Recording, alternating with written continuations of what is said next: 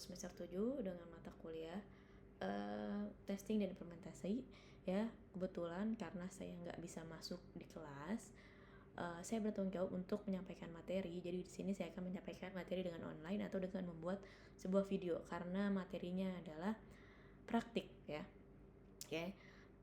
Praktik yaitu kita akan mentesting sebuah website dengan menggunakan API. Apa sih itu API? API adalah bahasa backendnya sebuah aplikasi atau bisa mungkin website ya. Nanti seiring berjalannya waktu teman-teman akan paham kenapa sih kita harus nge-testing pakai API, kenapa sih si testing si QA itu nge-testing API dan lain-lain. Oke. Sebelumnya mungkin mempercepat atau mempersingkat waktu, kalian bisa langsung download aplikasi yang namanya Postman ya. Nah, ini Postman download, kalian bisa lihat di sini Postman-nya itu free. Saya akan direct ke Mac Apple karena laptop saya Apple. Teman-teman bisa sesuaikan dengan laptopnya masing-masing. Kalau Windows ya Windows 64 atau mungkin 32 dan lain-lain ya. Teman-teman bisa download dan install. Oke. Setelah install, teman-teman akan masuk ke halaman seperti ini ya. Di sini saya sudah banyak beberapa workspace karena atau mungkin blank space karena saya udah buat ya. Oke, di sini ada banyak. Mungkin setelah teman-teman download, lalu teman-teman register ya. Harus register dulu, kita punya account dulu di Postman ini. Oke, setelah itu teman-teman bisa klik plus di sini ya. Lalu blank collection. Oke, sepertinya sinyalnya agak sedikit bad, jadi lama ya. Wifi-nya sedang bermasalah sepertinya. Oke, sambil nunggu new collection, saya akan menjelaskan dulu deh di web apa yang akan kita testing. Teman-teman bisa buka Request in, kayak seperti ini. Nah, ini adalah websitenya. Ini adalah website yang akan kita testing. Ini adalah website API open source yang bisa kita coba-coba untuk latihan API testing. Oke, simulasikan ini adalah website. Ya, kalian bisa scroll ke bawah. Nah, di sini ada give it a try ya. Di sini ada beberapa contoh API, sudah ada requestnya, ada responnya, dan ada get, post, put, page, delete ataupun lainnya. Nah, di sini kita akan mencoba get dulu ya, teman-teman bisa buat get. Oke, coba kita back dulu ke Postman, apakah sudah dibuat? Wah, ternyata masih. Oke. Loading atau mungkin sebentar ya.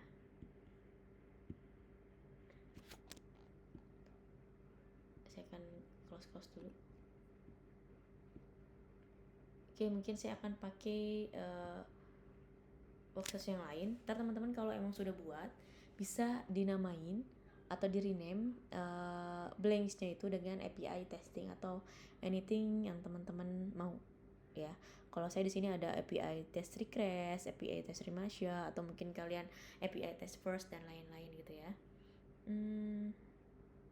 Oke. Sepertinya ada. Oke, nah tadi blank collection ya ini ya. Oke, udah jadi. Nanti kalian akan tampilan seperti ini. Mungkin saya akan coba tulis ini API testing request ya, karena kita akan website request. Setelah itu akan seperti ini. Kalian bisa add request. Lalu kalian bisa masuk ke sini ke websitenya, diklik ya, jangan lupa diklik, lalu klik kanan. Di sini ya, get, lalu di requestnya klik kanan, lalu copy link address. Nah, setelah tercopy, kita balik lagi ke sini. Kita jangan ubah karena emang perintahnya tadi adalah get. Balik lagi, kita kopikan di sini. Nah, di sini ada requestnya adalah ini. Lalu kalau misalkan kalian berhasil, kalian akan mendapatkan respon 200. 200 itu adalah menandakan kalau kalian berhasil menampilkan API atau generate sebuah halaman di website tersebut ya. Nah, kalau kalian 200 berarti berhasil dengan isiannya itu seperti ini responnya. Jadi kalian bayangkan seperti ini. kalian klik halaman user, itu page 2. Nah, kalian klik halaman tersebut. Di halaman tersebut terdapat beberapa user. Ada yang ID 7, ID 8, 9 sampai dengan 12. Contohnya di sini ada 6. Page 2 itu ada page-nya itu ada 6.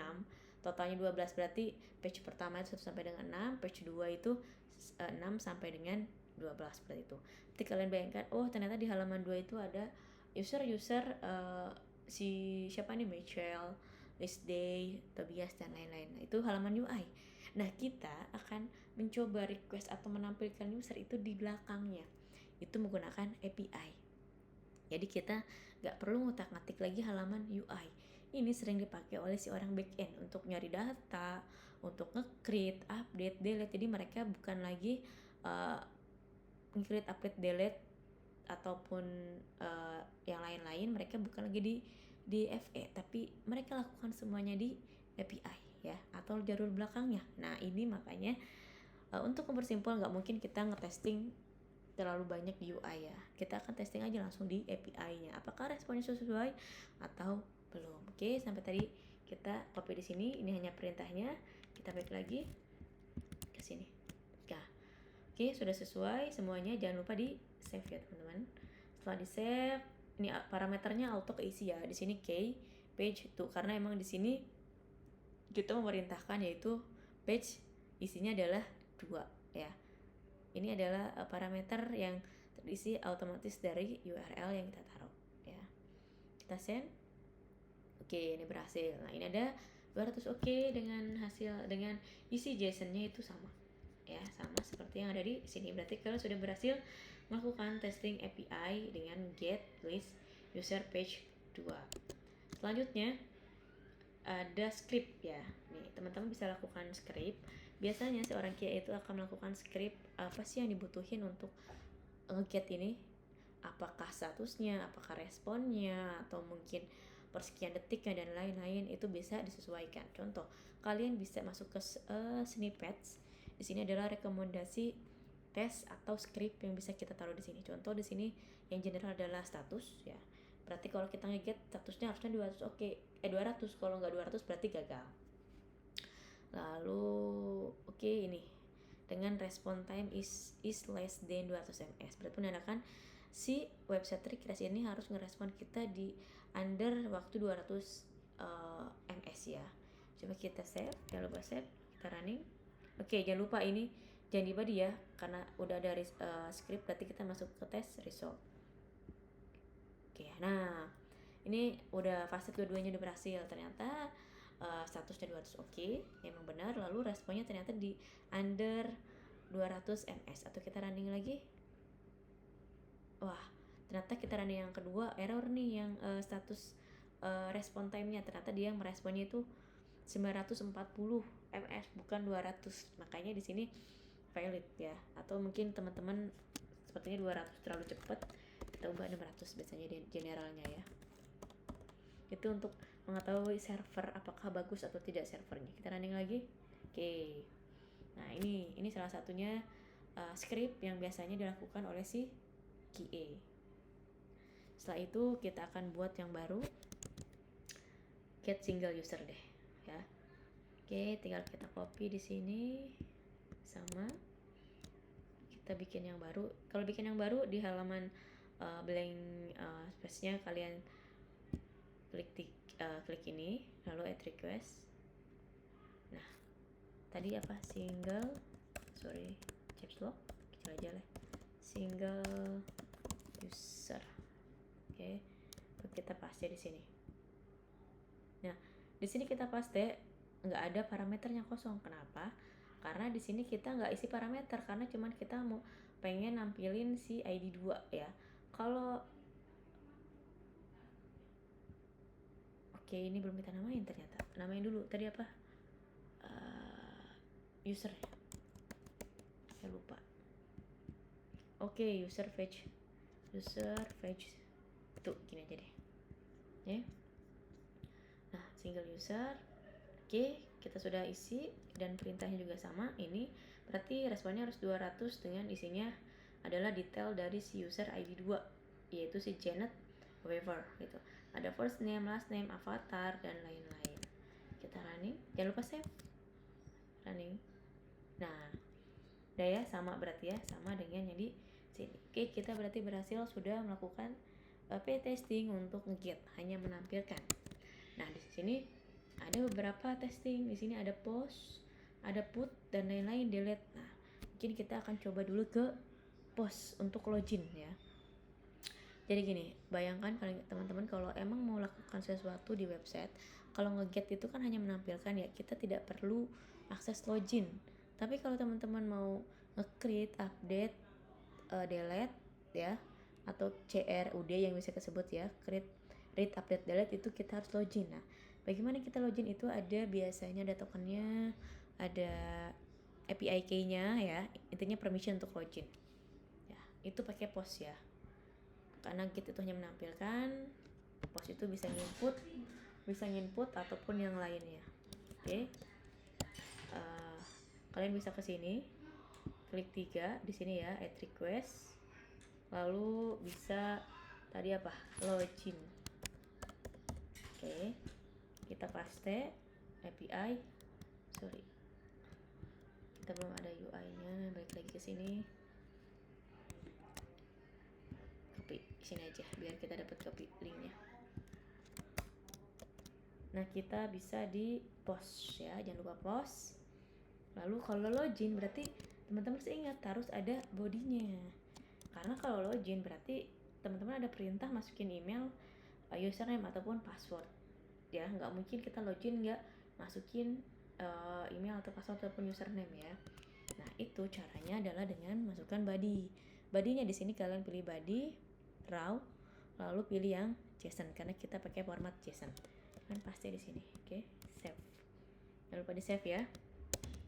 Nah, ini harusnya ternyata kalau kita login tuh dia akan ngebalikin sebuah token loh.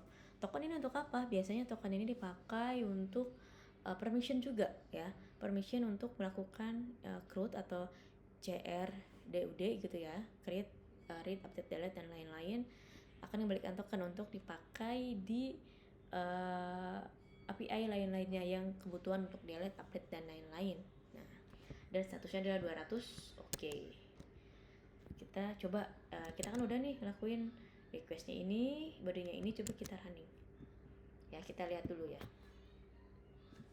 Wah, ternyata hasilnya tidak sesuai expected nih.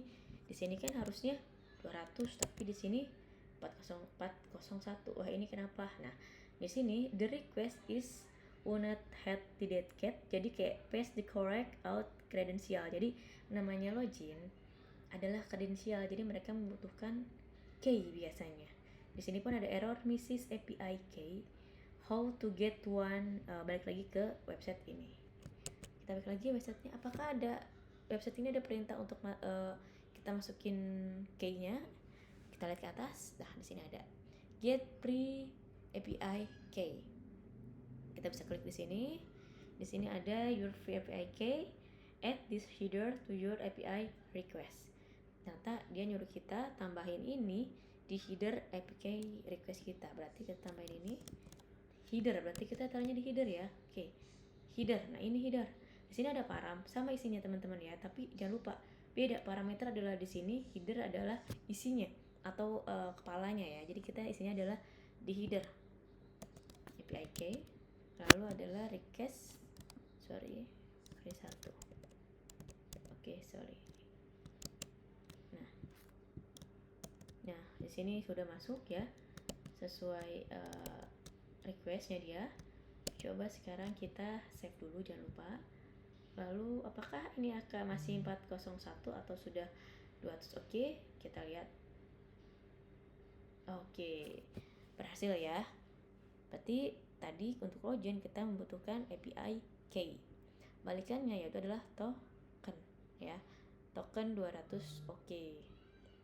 Dan di sini balikinnya token. Nah, jadi kalau kalian melakukan sesuatu harus ada tokennya. Nah, token ini nanti akan dipakai untuk misalnya di sini kita balik lagi ya. Kalau mau balik lagi klik di sini untuk balik lagi ke halaman ini, halaman API-nya. Nah, untuk put, page, delete itu harus biasanya kalau website itu harus ada tokennya atau ada API key-nya, tergantung. Nah berarti balikin token, berarti harus pakai token. Nah sekarang kita sudah berhasil login. Kita coba pakai yang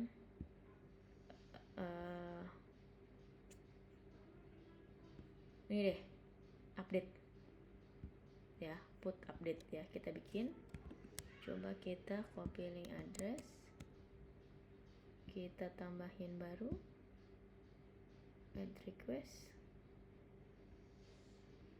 lalu tadi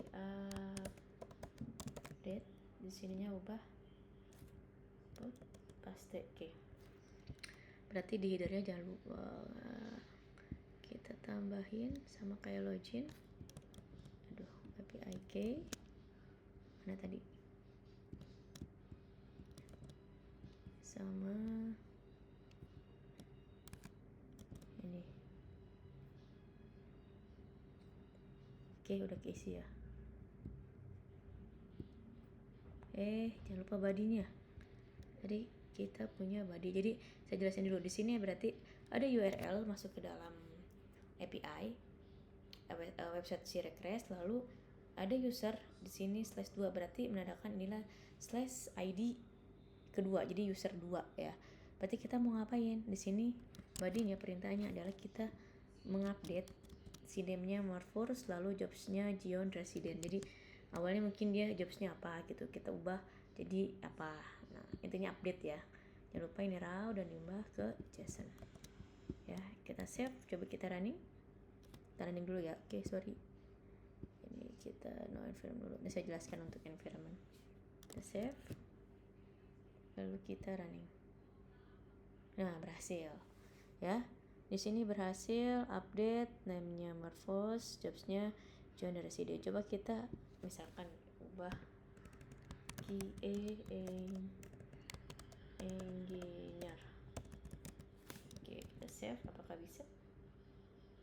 Oke, bisa ya. Namanya update berarti kita nge-push data baru atau mengubah data yang sebelumnya. Kita berhasil. Teman-teman bisa tambahkan scriptnya tadi sama website, lalu statusnya ini gitu kan. Karena ini put tidak ada, ya udahin aja yang basic ya. 600, lalu ini juga 600. Kita save. Nah berhasil 200. Oke. Berarti sini sudah ada get, single user, login dan update. Oke, balik lagi ke website. Di sini ada page, harusnya sama, delete juga sama ya, tadi harus ada API-nya dan lain-lain. Oke. Sebelum itu saya akan menjelaskan bagaimana mempersimpel atau mempermudah. Tadi di sini kan ada environment, gimana sih kita nggak usah ngeklik atau mungkin bikin URL ini ketik berulang-ulang di setiap filenya. Nah kita ada namanya environment. Teman-teman bisa ke sini, environment, lalu klik tambah di sini ya. Nah setelah klik tambah, nanti teman-teman akan diarahkan ke halaman seperti ini. Nah namanya bebas, teman-teman mau seperti apa. Kalau saya mungkin request, atau request sudah ada nih, jadi saya namanya base URL berbeda, atau teman-teman mau kasih request dan lain-lain, karena environment biasanya sesuai dari halaman websitenya.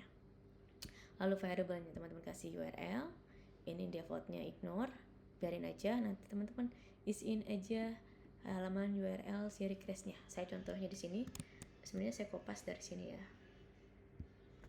Oke, sorry, saya kopas dari sini. Mana nih? Nah ini nih, saya kopas di sini, lalu saya pindahin ke sini. Dan current value itu akan isi sendiri. Ya udah. Setelah itu kalian bisa save ya. Kalian balik lagi ke sini. Coba kita contohkan. Apa sih kegunaan si si environment tadi, Nah, setelah kalian save, kalian klik di sini, pilih tadi apa yang kalian buat tadi. Namanya apa? Kalau saya kan tadi base URL, berarti base URL. Setelah itu kita hapus saja ya. Kita ubah misalkan apa tadi URL-nya namanya nih. Ini kan yang tadi saya buat http request in, current-nya request in, scope-nya environment. Klik. Nah, di sini. Nah, berarti kita sebenarnya URL ini adalah cara manggil URL ada di environment, memudahkan kita untuk contesting banyak API, tapi kita nggak perlu berulang kali nulis URL halaman utamanya ya, atau domainnya. Nah, sini tinggal panggil dengan tutup buka kurung yang keriting ya, atau manggil. Coba kita save. Oke, berhasil nih. Coba kita ubah si ini juga yang single dengan manggil URL yang tadi, save lalu send. Oke, berhasil. Coba yang login